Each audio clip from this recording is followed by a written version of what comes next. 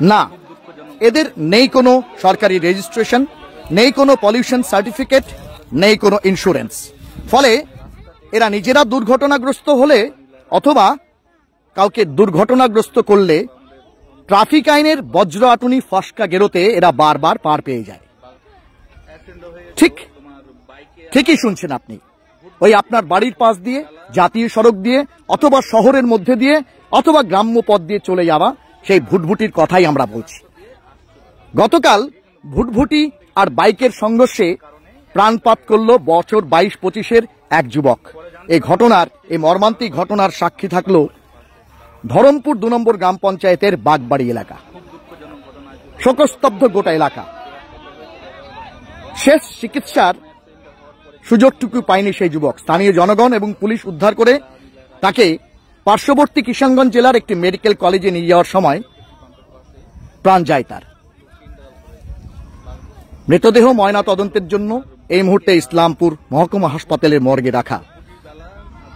কিন্তু এই ঘটনা আকছারি ঘটে আমার আপনার পাশে, শহরে গ্রামে সর্বত্র।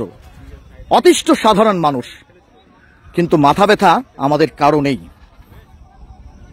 প্রকৃত ঘটনা সামনে আসলে সরকারি আইন অনুযায়ী হয়তো ইন্স্যুরেন্স ক্লেমটুকু পাবে না ভুক্তভোগী পরিবার। আইনের কড়া নাড়তে নাড়তে জুতোর শুকতলাক হয়ে যাবে তাদের। কিন্তু কবে হবে এর প্রতিকার?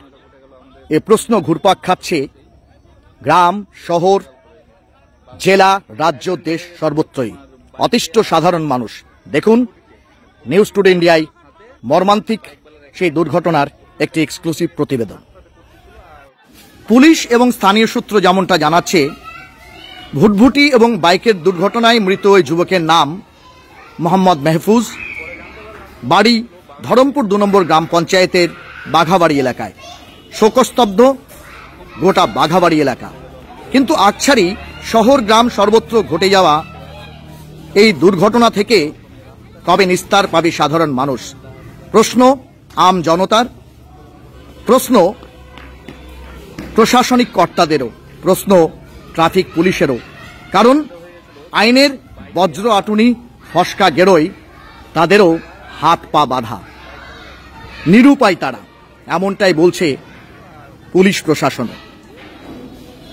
দেখুন মর্মান্তিক সেই পথ দুর্ঘটনার সেই সাময়িক কিছু চিত্র।